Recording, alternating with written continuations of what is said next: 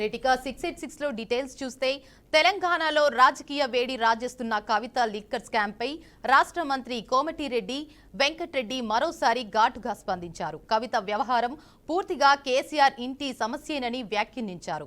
ఇది కుటుంబ పార్టీలు ఎదుర్కొనే సహజ పరిస్థితి అని అన్నారు. కల్వకుంట్ల కుటుంబానికి చెందిన వ్యవహారాలు ఒక్కొక్కటిగా బయటపడుతున్నాయని అవి రాష్ట్ర ప్రజలకు స్పష్టమవుతున్నాయని తెలిపారు. కాళేశ్వరం ప్రాజెక్టులో అవినీతి జరిగిందని ప్రధాని నరేంద్ర మోదీ అనేక సార్లు వెల్లడించారని మంత్రి కోమటిరెడ్డి గుర్తు చేశారు. ఇక ఇదే అంశంపై మరింత సమాచారాన్ని మా ప్రతినిధి శ్రీనివాస్ అందిస్తారు. చెప్పండి శ్రీనివాస్.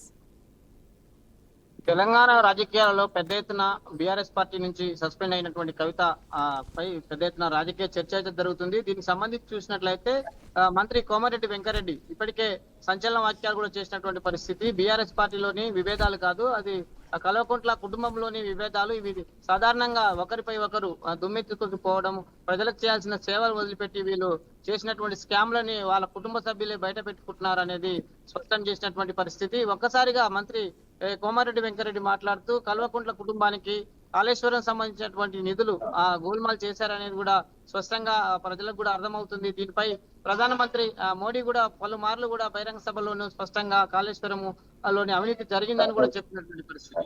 ఇదే విషయానికి సంబంధించి కూడా కాళేశ్వరం సంబంధించినటువంటి అవినీతిపై కూడా సిబిఐ విచారణ జరిపించాలని కూడా ప్రధానమంత్రి మోడీని కూడా కలవనున్నట్లు కూడా మంత్రి కోమారెడ్డి వెంకరెడ్డి చెప్పారు.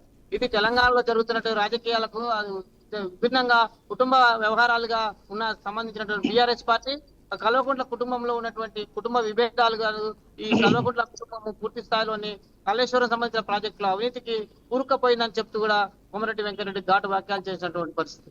కవితని సస్పెండ్ చేస్తూ పార్టీకి సంబంధించినటువంటి అనేక విషయాలలో బీఆర్ఎస్ పార్టీ తీసుకున్న నిర్ణయాల పట్ల ప్రజలు పెద్ద ఎత్తున ఆలోచిస్తున్నారని కూడా తెలంగాణ వ్యాప్తంగా ప్రజలు కూడా అదే అనుగుణంగా చేసుకొని వీళ్ళు కుటుంబ పరంగా చేసినటువంటి పాలన ఒకటొక్కటిగా బయటపడుతుందని మంత్రి కోమారెడ్డి వెంకరెడ్డి చెప్పినటువంటి పరిస్థితి.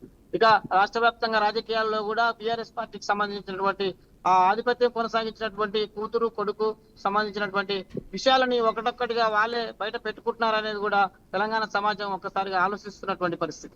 ఇలాంటి పరిస్థితి పునరావృతం కాక ఉండాలంటే కుటుంబ పాలన కొనసాగించే పార్టీలకు బుద్ధి చెప్పినందుకు ఒకటొక్కటిగా వాళ్ళకు బయటపడుతున్నదని తెలంగాణ ప్రజలు కూడా పెద్ద ఎత్తున ఆలోచిస్తున్నటువంటి పరిస్థితి. రానున్న రోజుల్లో బీఆర్ఎస్ పార్టీ నుంచి వెళ్ళిపోయినటువంటి కవితకు రాజకీయ భవిష్యత్తు ఉండదని కూడా తెలంగాణ వాదులు కూడా పెద్ద ఎత్తున చెప్తున్నటువంటి పరిస్థితి. ఏది ఏమైనప్పటికీ తెలంగాణ రాజకీయాల్లో జరుగుతున్నటువంటి చర్చ చల్లగుండ్ల కుటుంబాలకు సంబంధించిన మధ్య విషయాన్ని మంత్రి కోమరెడ్డి వెంకరెడ్డి తేల్చి చెప్పినటువంటి పరిస్థితి. ఇది తెలంగాణలో జరుగుతున్నటువంటి తాజా రాజకీయ పరిణామాలపై మంత్రి చేసినటువంటి ఘాటు వాక్యాలపై తాజా సమాచారం. Right, thank you for the update Srinivas.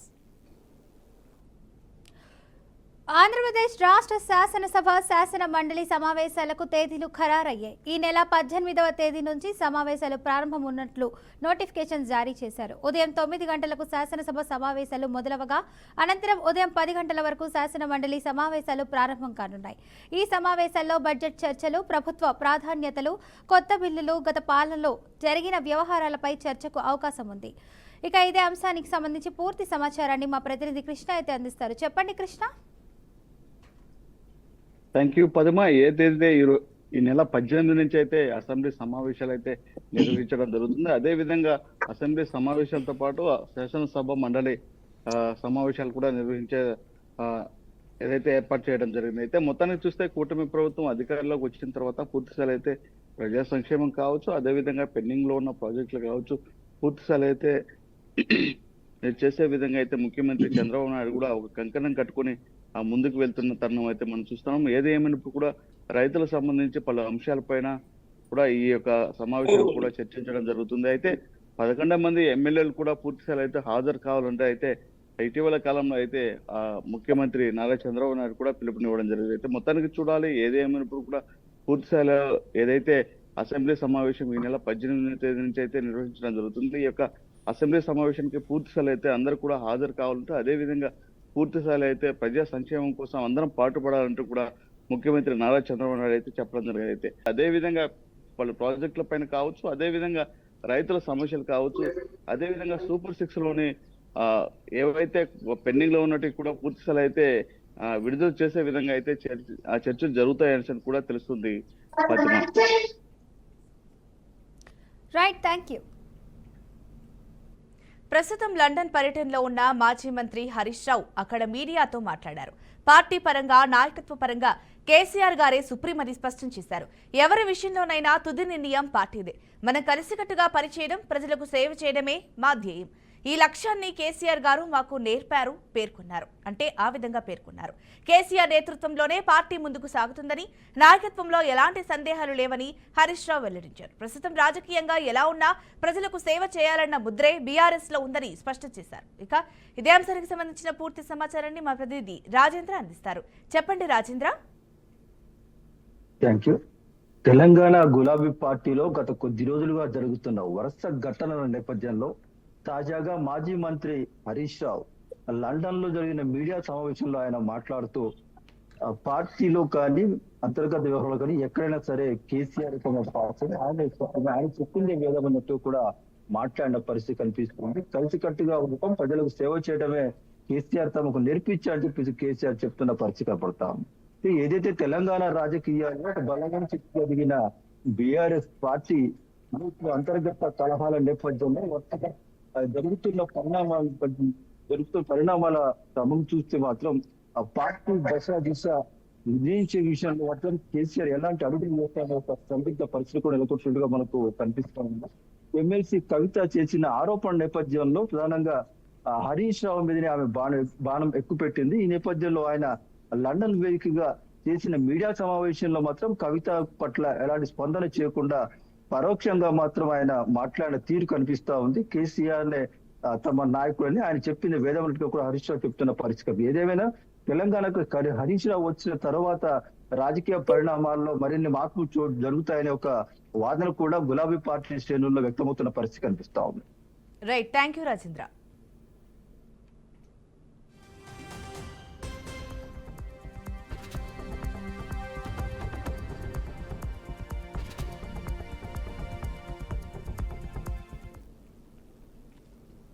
ఇక 686 లో షార్ట్ బ్రేక్ తీసుకుందాం. Stay tune to BRK news.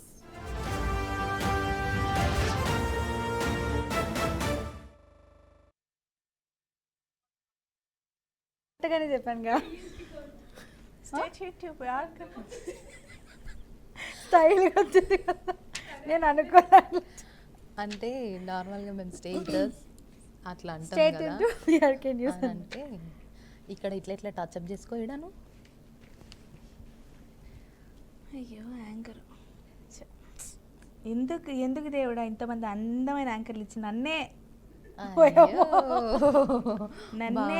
నాకేం బాధ లేదు, అయినా నాకేం బాధ లేదు, వీళ్ళు బాధపడుతున్నారు.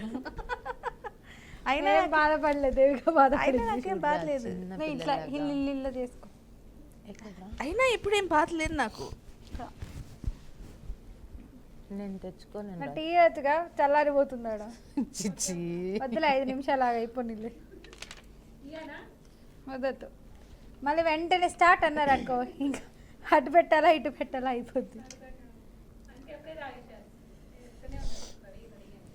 ఆడొచ్చిందే లేట్ తమ్ముడు. కరెక్ట్గా చదువుతున్నప్పుడే ముక్కు మీదకి ఏదో ఒకటి వస్తూ ఉంటుంది, ఏం దుమ్ము వచ్చి పాడుతుంది. మాకు రావట్లేదు. అదే నాకు మీ ఇద్దరు రావట్లేదు, నాకెందుకు పడుతుంది ముక్కు మీద కళ్ళ మీద. ఇప్పుడు రాలేదన్న, ఇప్పుడు నెక్స్ట్ అదే వస్తారా ఏంది? వామ్మో. కానీ బ్యాక్ టు న్యూస్. అచ్చా, అప్పుడు ఏంటండి అలా చేస్తున్నారు ఆయన నుంచి. Jhansi back to 686. ఇంకొక మంచి పోస్టరే దొరకలేదు. ఝాన్సీ బ్యాక్ టు 6, ఇదే అన్నారుగా, Jhansi back to 6. Okay okay Devika, ఎట్లా అంటే అట్లా. గెస్ట్ ఎవరు? She is Shagufta, naturopathy doctor. ఆమె ఎవరో తెలియదా నీకు? ఫేమస్ ఆయుర్వేదిక్ ఇంకేదో వాళ్ళ అమ్మ బిడ్డే అన్న.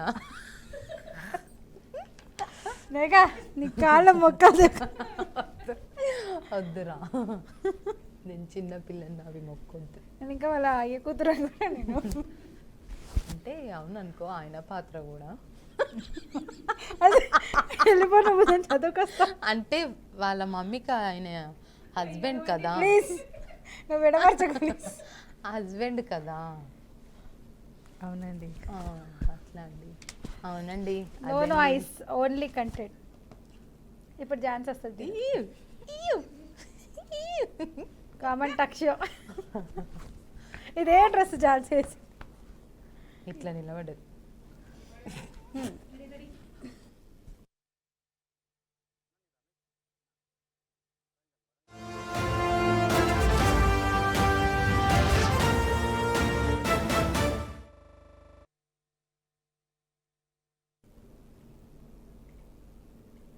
Welcome back to 686.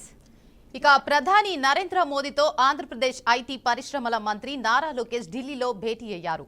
రాష్ట్రానికి పెట్టుబడులు ఆకర్షించేందుకు కేంద్రం నుండి మరింత సహకారం అందించాలని ప్రధాని మోదీకి విజ్ఞప్తి చేశారు. ఏపీలో సెమీ కండక్టర్ తయారీ యూనిట్ ను మంజూరు చేసినందుకు ప్రధాని మోదీకి లోకేష్ కృతజ్ఞతలు తెలిపారు.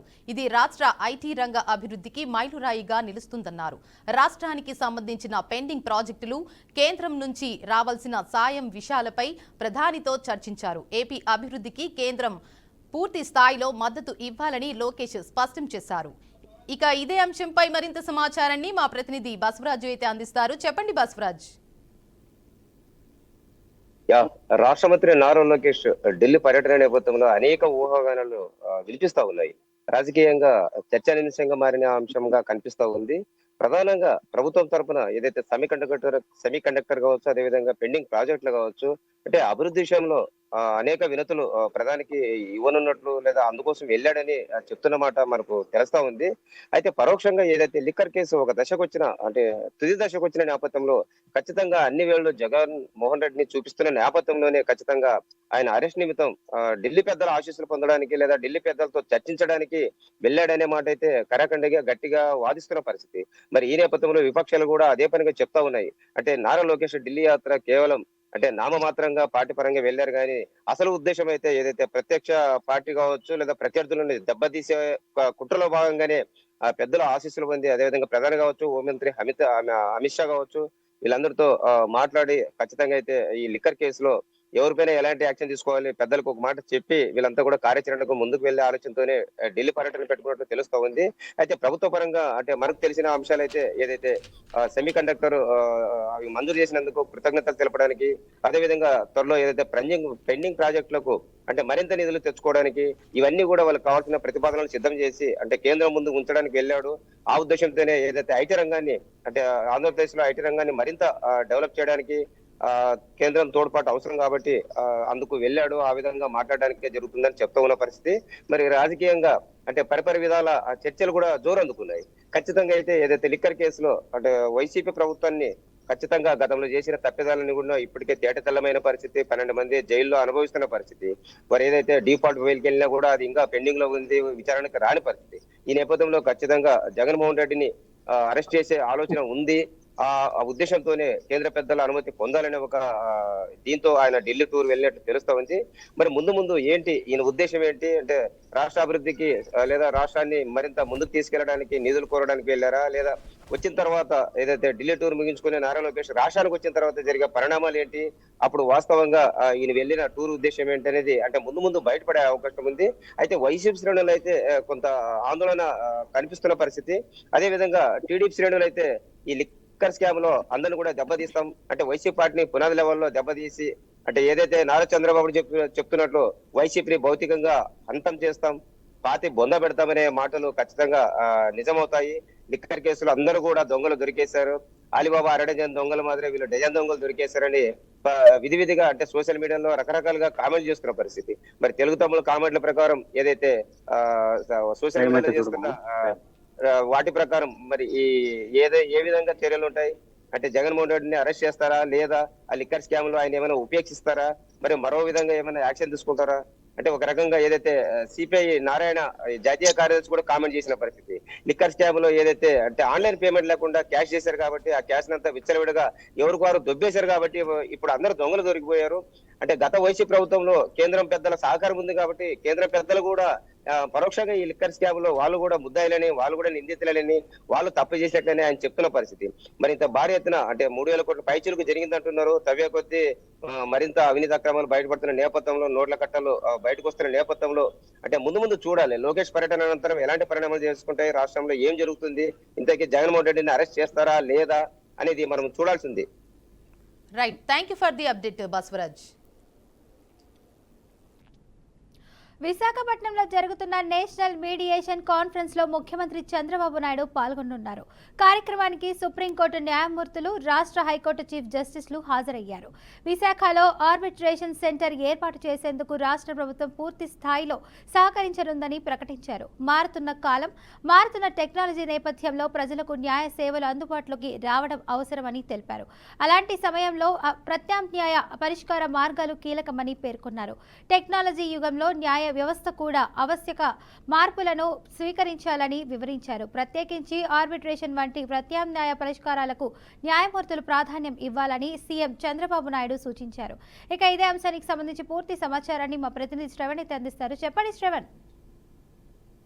Thank you. ఈ రోజు అయితే ఏపీ సీఎం చంద్రబాబు నాయుడు విశాఖలో పర్యటించడం జరిగింది. అయితే ప్రధానంగా అయితే మాత్రం నేషనల్ మీడియేషన్ కాన్ఫరెన్స్ ఈ రోజు ఏపీ సీఎం చంద్రబాబు పాల్గొన్నటువంటి పరిస్థితుల నేపథ్యంలో అయితే ఈ రోజు సుప్రీంకోర్టు చీఫ్ జస్టిస్ తో పాటు కూడా న్యాయమూర్తులు, అలాగే ఆ సుప్రీంకోర్టు న్యాయమూర్తులతో పాటు లోకల్ గా ఉన్నటువంటి బార్ అసోసియేషన్ లో ఉన్నటువంటి లాయర్లందరూ కూడా పెద్ద ఎత్తున హాజరైనటువంటి పరిస్థితి కూడా ఉంది. అయితే ఈ నేపథ్యంలోనే సీఎం చంద్రబాబు అయితే మాత్రం కీలక వ్యాఖ్యలు చేసినటువంటి పరిస్థితి ఉంది. మారుతున్న కాలం, టెక్నాలజీ నేపథ్యంలో న్యాయ సేవలు అందుబాటులోకి రావాలని సీఎం ఈ సందర్భంగా వ్యాఖ్యానించడం కూడా జరిగింది. అయితే ప్రధానంగా అయితే మాత్రం ఈ మధ్య ఆ పరిస్థితులు చూసుకున్నట్లయితే మాత్రం రాష్ట్రంలో అయితే మాత్రం అధికంగా ఆ న్యాయం కోసం పోరాడుతున్నటువంటి సామాన్యులు అధికంగా ఉన్నటువంటి పరిస్థితుల నేపథ్యం, అలాగే జరుగుతున్నటువంటి క్రైమ్ కానీ ఇవన్నీ చూసుకున్నట్లయితే మాత్రం అన్నింటికి కూడా టెక్నాలజీ తోడైంది. కానీ న్యాయ వ్యవస్థకి ఇప్పటివరకు కూడా ఎలాంటి టెక్నాలజీ కూడా తోడవన్నటువంటి పరిస్థితుల నేపథ్యంలో న్యాయ వ్యవస్థకు కూడా పూర్తి స్థాయిలో టెక్నాలజీని ఏర్పాటు చేసే విధంగా చర్యలు తీసుకుంటామని కూడా ఆ విశాఖ వేదికగా అయితే మాత్రం ఏపీ సీఎం చంద్రబాబు చెప్పడం జరిగింది. అయితే విశాఖలో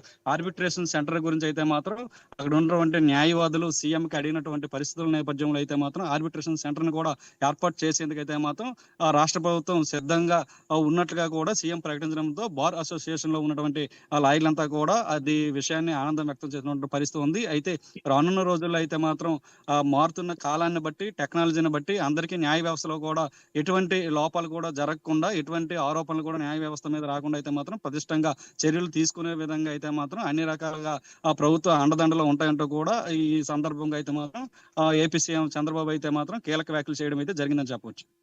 thank you Shravan. Congress MLA Kadiyam Srihari సంచలన వ్యాఖ్యలు చేశారు. జాగృతి అధ్యక్షురాలు కవిత వల్లే బీఆర్ఎస్ కు రాజీనామా చేసినట్లు తెలిపారు. లిక్కర్ స్కామ్ కేసులో కవిత అరెస్టుతో బీఆర్ఎస్ నుండి బయటకు రావాలని అనుకున్నట్లు చెప్పారు. అవినీతి పరులతో ఉండలేక పార్టీని వీడినట్లు స్పష్టం చేశారు. కల్వకుంట్ల కుటుంబంలో అవినీతి సొమ్ము పంపకాల పంచాయతీ జరుగుతోందని అన్నారు. గత 10 ఏళ్లు ధరణి పేరుతో భూములను కబ్జా చేశారని, అధికారం అడ్డు పెట్టుకుని తెలంగాణను దోచుకున్నారని చెప్పారు. ఇక ఇదే అంశానికి సంబంధించిన పూర్తి సమాచారాన్ని మా ప్రతినిధి రమేష్ అందిస్తారు. చెప్పండి రమేష్. Thank you. మనం గత కొద్ది రోజులనైతే కల్వకుంట్ల కవిత ఎపిసోడ్ అయితే చూస్తున్నాం. తెలంగాణలో ఒక హాట్ టాపిక్ గా కల్వకుంట్ల కవిత మాట్లాడుతుందని కూడా చెప్పుకోవచ్చు. అటు సంతోష్ రావు, హరీష్ రావు మీదనే కొద్ది రోజులుగా ఆరోపణలు చేస్తున్నటువంటి నేపథ్యం చూస్తున్నాం. ఈ రోజు అయితే కడియం శ్రీహరి స్టేషన్ గన్పూర్ చెందిన కడియం శ్రీహరి అయితే ఈ రోజు కవిత మీదనైతే కొన్ని ఆరోపణలు చేసిండు.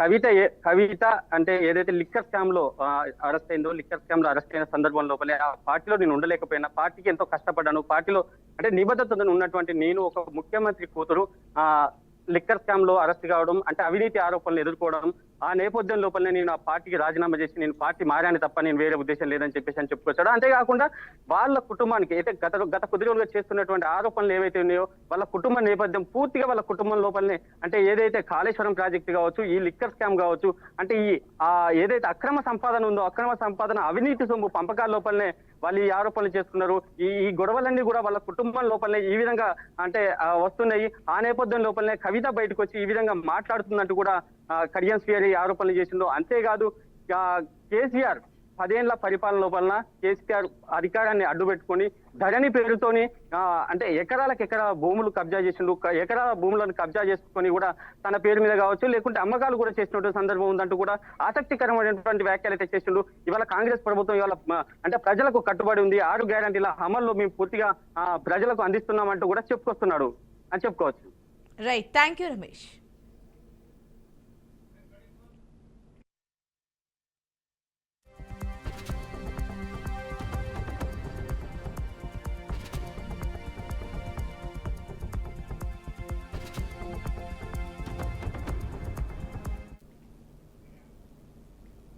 ఇక ఇవి 686 updates. Keep watching BRK news తెలుగుడి సత్తా.